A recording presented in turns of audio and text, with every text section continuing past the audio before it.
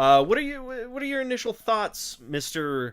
Salahi? So far, this is my favorite film of the year. I think it's the best directed film of the year so far. I'm quite a fan. It's shot on film, first of all, which I just have to say, crisp and beautiful. When I look at it right from the first shot, I just breathe a sigh of relief. Like a Fuji apple. I just saw Wrath of Khan. Like a Golden Delicious. The night before. Yeah. On a 35mm print on the big screen. And it was amazing. And just seeing the film projection, I loved it. So seeing this was the next movie I saw. Yeah. So it was great not going to see some overly digital thing, but it made me appreciate it too, because going from that to that, there is something special about it. And you can see it. There's a layer of fantasy over it, and there's a grit and texture to the whole film that I love. And I think it's the best shot film of the year so far.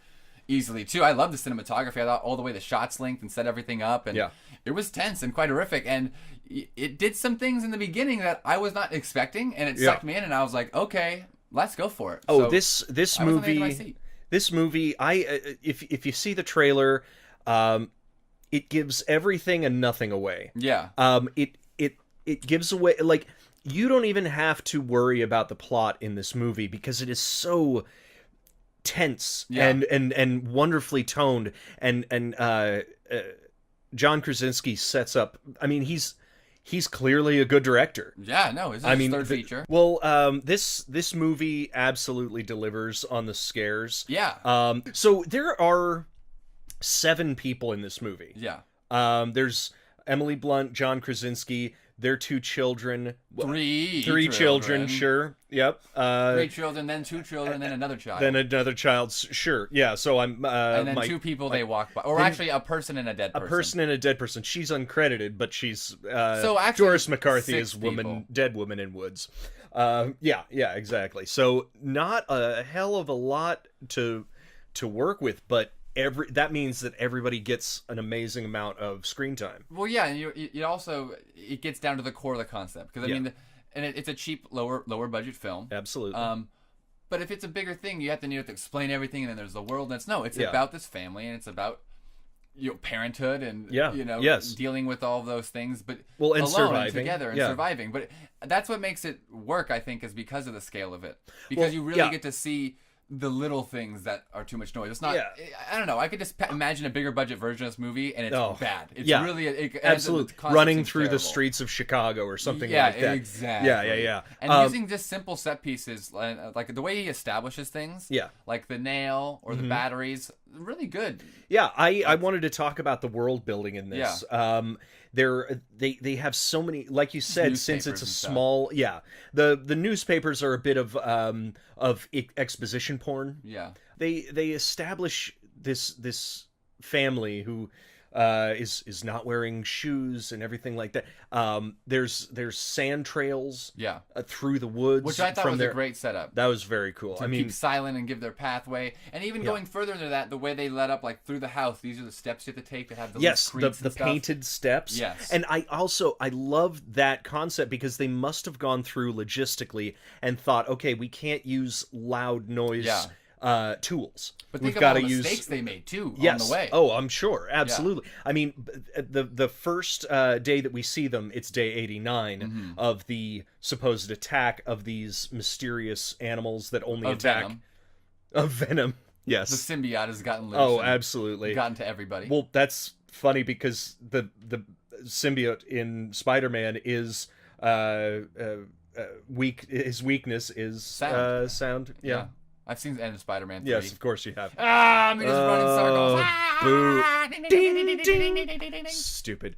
They steam their dinners rather than cooking it with a crackling pan or something like that. Yeah, absolutely. Better meal than I ever had. I'd like some trout. Yeah. Yeah. No, they play the board game with claw. The cloth. I thought that rolling dice is still a little risky. Rolling dice. I mean, rolling dice onto the pad.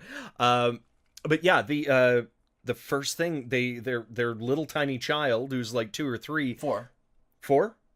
Gotcha. It said his grapes. Well, it could be 3.5. It said 2016, 2020. I couldn't read the second number. I was like, it's a bunch of zeros. No, 220. Okay. It was very dark. 2020. 2020. 220. 220.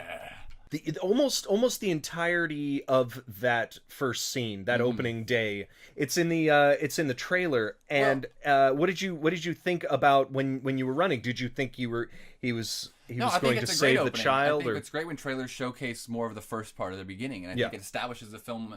That's everything you need to know. The film is silent; you can't really talk. It's good at establishing things like the batteries, meet all the characters. I didn't know. I was like in the trailer. I'm like, he's gonna fucking save his fucking kid. It's his fucking child. Right? Yeah. And he's even gonna, when he started doing it, I was like, oh, he's gonna get it. And then I was like, oh, and then.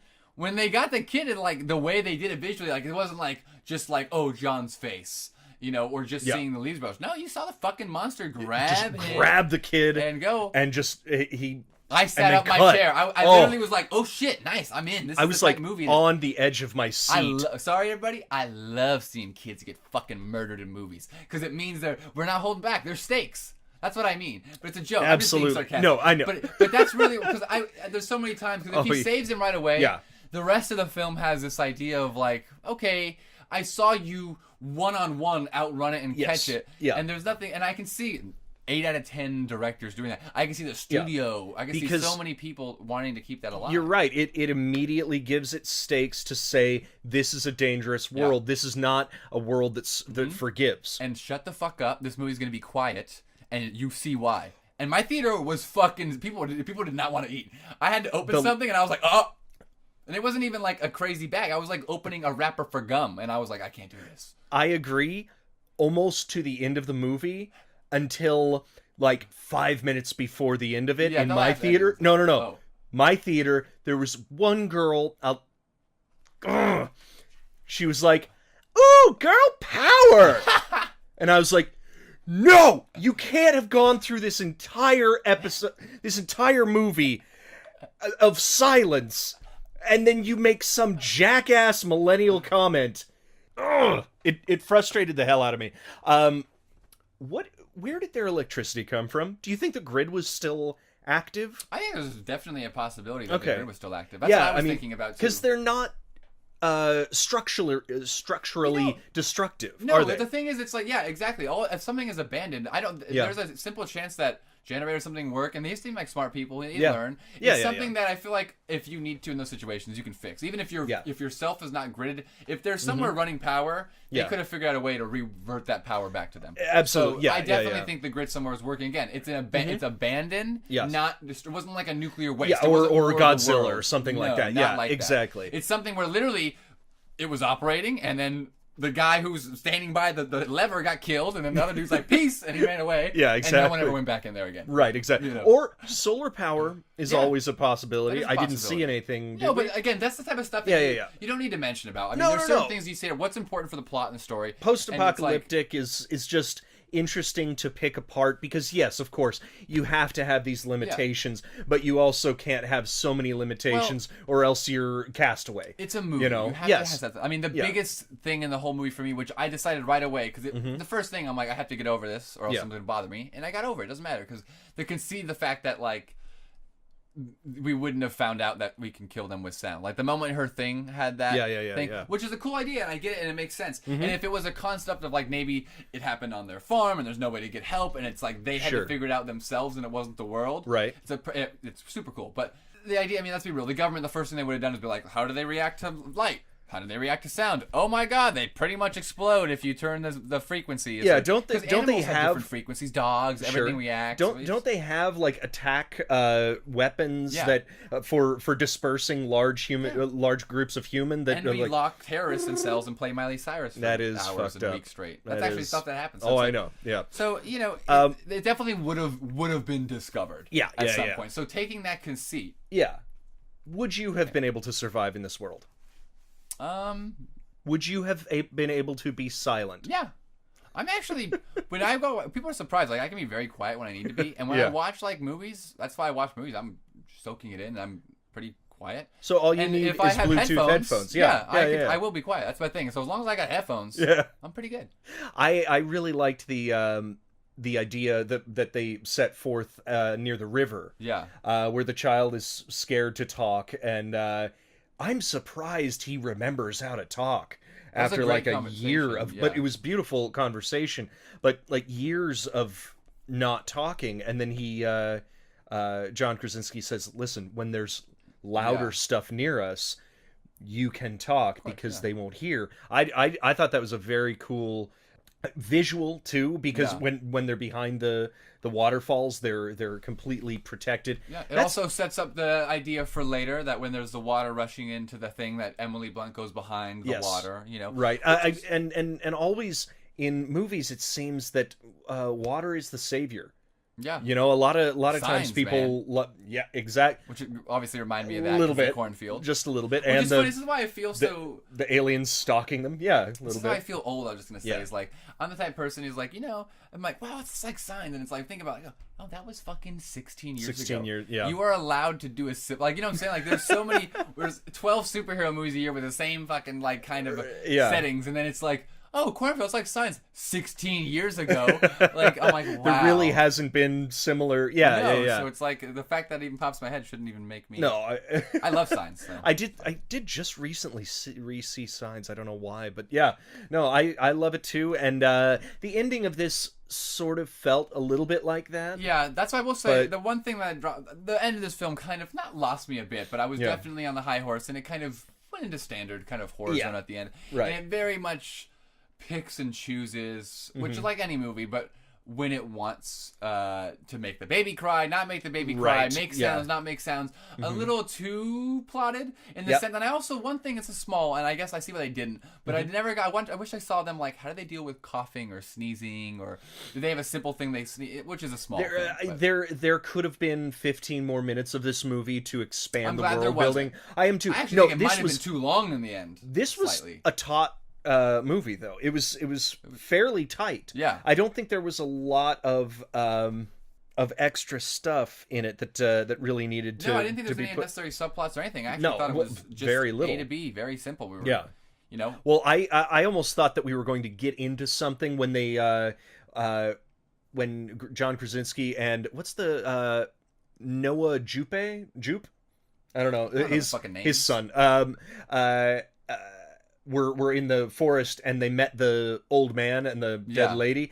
I thought that was going to go in a bit of a tangent, and I'm glad it didn't. I'm glad it was just additional horror. And oh my god, that kid is such a world expanded a bit. Both of the kids, I thought, even the little child, the 4-year-old at the beginning was a brilliant actor. And it also looked like a real baby at the end. Oh, yes, exactly. I wanted to talk about Millicent Simmons. This is her second movie. Mm-hmm. She was the daughter, and she's actually deaf. Yeah, I know. And, okay, fine. No, I wanted you to continue going. I was like, yeah, no.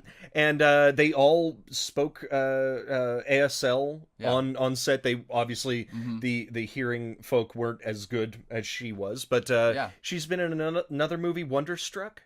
Yeah. Have you seen this movie? I have not seen one. I have not either. She did a great job too. Absolutely. Yeah. And I love the way they did the sound thing with when you're with her. It's completely you hear her how she hears. Yes. Yeah. Yeah. And with the slight buzz and the offset, and the way it jumps in and out of it was great too, like her viewpoint, because it didn't have just the sound did it. You didn't have to shoot anything special or be like POV. It was just like you're with her and then you just change the sound.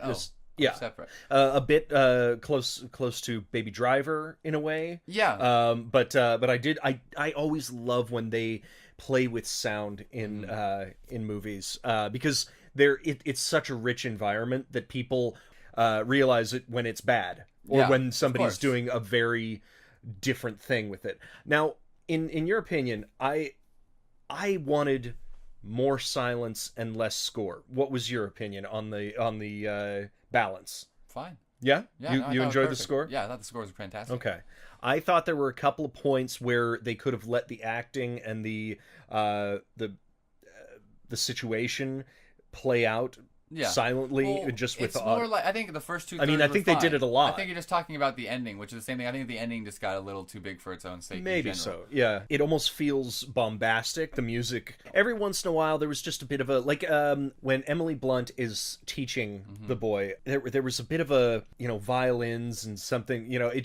It was meant to connect them, I guess, and it just felt a little forced. I'm not saying that it shouldn't be there. It just was a personal preference to me that I would have liked to hear more silence through the thing, but I think that a lot of people would have gotten bored by that. I really liked the way that they kind of talked very quietly, and I like the way you could hear it in the mix, just ever so subtly. You know, them being like, can't hear what I just said, but like you could hear it in the theater because everything was quiet, and you can get that sense.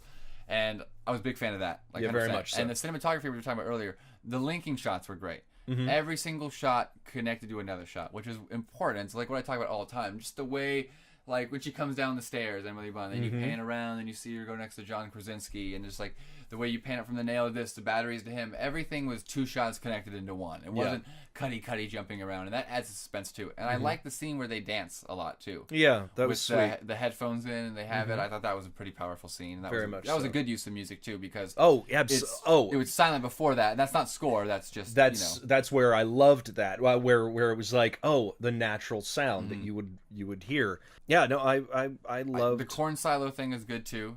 That's a terrifying thing as well. That was horrifying. I agree. Yeah, that at the bottom. People don't realize at the bottom of a corn silo is a fucking like a meat grinder type of thing. Essentially, yeah. You get and honestly, in real life, you get sucked faster than you do. Oh, I imagine in a thing. It's scarier than being in like water without anybody around. Yeah, I mean, because at least worse you can quicksand. I mean, it is quicksand. Yeah, but, with a fucking meat grinder. Good lord. But I was curious, what was up with the fire on top? So are those other people alive? I had a note. Neighbors. That's what I figured. But then no one lights up later. They all got killed. I guess. And also, but I'm be surprised they lived 384 days, and then like 14 neighbors were like, we just got really loud this weekend. Yeah, I guess it was a wedding. we had a rager. We invited the aliens. That was a bad idea. Yeah. I guess it was just to continue the world building. Yeah. Say that it was bigger than us. That we weren't the only ones people this was happening left. To. But I guess that was to foreshadow the man and woman in the woods. The crazy old man. You don't need that to be foreshadowed. That's true. You can just see people in the woods. Oh, there's other people. It's almost more surprising if there's no fire before. Yeah. It's like you're scared because you hear something and it's not an alien, it's a person. Yeah. Oh, there's other people. That's already a scary thing in post-apocalyptic situations, right? Because you don't know how they react to things and what their situation is. You know? And then you see they're dead. Then you gotta run. He's gonna scream. I like that concept that he's gonna scream. Kind of a dick move, not waiting for them to walk away. Oh yeah, I mean I get you. He was clearly at the end of his rope. No, he had just lost his wife, I assume. Yeah. That was an interesting foreshadow. When Emily Blunt has to scream. When John Krasinski has to scream. Well, because they both have to do a big scream. Oh well, yeah. She's in the bath. What did you think about that scene? I love that whole context and set piece of like. That's what she's pregnant and she's fucking having contractions and her water broke. Like that is intense. Like just the thought of like, but just I can't even imagine what that would feel like. It's insane. And to hold it in, that's what was intense because she needs to scream at some point doing all that. She's done it 3 times before. I'm sure it doesn't make it any easier. I'm sure. The other 2 times she was allowed to scream, "Give me some fucking ice cubes!" Or morphine. No, they don't do morphine. What? Induce me, goddammit! Epidural! Give it to me! It's not a joke, but what I was saying with she's had 3 times before, she knows what to expect. No, of course. At least. Like, she knows how to breathe. It's like a first-time pregnancy would be deadly. Yeah, they're I mean, it already was a bad situation to have a baby in. No, of course, but I want to go on top about it, because I've heard a couple like minor points, but I have too. It's a fucking movie. Yeah, you have to have these things. Anyone, if your complaint about the film is that they can't have a child, then then it's pointless because you're not constructive. Like if you were in the room like at Warner Brothers, like it's like we're making this movie. Like that's the that's the conceit of the second and third act. Yeah, so it's like if you have to just take that. Right. And to be honest, what world do you want to live in? Children of Men where you can't have a child? Like the whole point of civilization moving on in these disaster and post-apocalyptic movies as ever is being able to have life move survive. On. And surviving means procreating. Yeah. And surviving means being able to let your species go on. I mean, surviving it's nature. Like our whole goal of our life is to reproduce. If we stop having babies, the terrorist aliens win. Yes, thank you. Thank you. Yeah. Build a wall. No. Oh, the nail. Yeah. Okay, actually that's a great point because that's the one time I never like flinch in movies or rapping. I'm pretty good at it. But I went to the movie, I was with this girl and I knew you saw it coming. She was walking downstairs. They set it up perfectly. And then when it comes down, I'm like, here it comes. You know what I'm gonna do? I am I grabbed her like 3 seconds before, and I was like, "It's coming!" And it's the first time I can think I've grabbed someone in a theater ever. And I was, oh man, it was brutal because not the horror aspect. It's like it's the suspense of knowing it's going to happen. It's the worst thing possible, and ever. Have you ever stepped on a nail? Not like that. Not when it went through my fucking foot 4 inches. Wait, I have. I did get stung by a fucking stingray that went through my whole foot. Oh, me too. Remember, on one end to the other. You saw it. It went one end and out the other of my foot. That's true. So I guess a similar situation. When I was 9, I was walking in a creek. Fuck that. I don't even want to hear it. And we were right near the end where we were going to turn back around. No. And there was a submerged piece of wood with a nail stick. Yes. I needed to get a tetanus shot. Right the fuck on I stepped right on it. I stepped out of the thing. The board was still attached to my shoe. I was like, wait, what? Oh, you're wearing shoes? Yeah, I was wearing shoes. Less. All right. It was a 4-inch nail. Did it go through your foot? I was 9. It was, yes, it did. Like, it went into, not all the way through. But it went like in. In. Like, not like just it broke into like the foot juicy part. Very much so. And I had to like pull it off and then hike 2 miles back on the creek to my friend's backyard, then walk 5 blocks to my house. Yeah. It was real bad. I wish that on no one. So yeah, the flinch. Live in apartments, kid. Live in cities, no creeks. Yeah. Moral of the story. Exactly. No, but that was that sounds awful. Beautifully done though. Yeah. Just a side thing. Yeah. You couldn't just give the kid the fucking spaceship in the beginning and just throw the batteries away. Right? Why did they set it there? Why have batteries anymore? You can't have this, or like, just give it to him. No batteries in here. Is he gonna find more batteries somewhere else? No, set them right next to him. Also, Emily Blunt, you got 2 fucking hands. Jesus, I'm kidding. That's her biggest regret. I'm just kidding. But I did like the idea that everyone felt blame for it. Yes, to some respect. That was absolutely. a good like communal thing. No, and it's something that would feel real, like in real life. There's no way. Of course, Emily Blunt would feel that way. Of course, and of course, John Krasinski would feel like it's his fault because he had to run and he got a second there late. And it would make him more detached from the rest of the family. Of course, of course, the girl would think it's her fault as well too. Oh obviously. my God! Of course, I really thought that it was beautiful. The words that they chose to, the conversations that they chose to have out loud. But what do you think about that moment actually where he fully sacrifices himself, and how do you think it was executed? I did not see it coming, actually. I thought it was exactly what this movie needed. I mean, it's about parenthood, it's about sacrifice, it's about keeping these kids safe. Although you could have fought it. There is absolutely well, you're gonna die either way. You might. I mean, I don't know. I just feel like But also, what's the guarantee that when he screams, they actually get out of the truck? It's not. I mean, it's the moment. It's just the last thing that he can do. I just feel like that to do that, I feel like after everything we watched in the movie and all the days, everything they've been through, I would have liked to seen him more pinned down.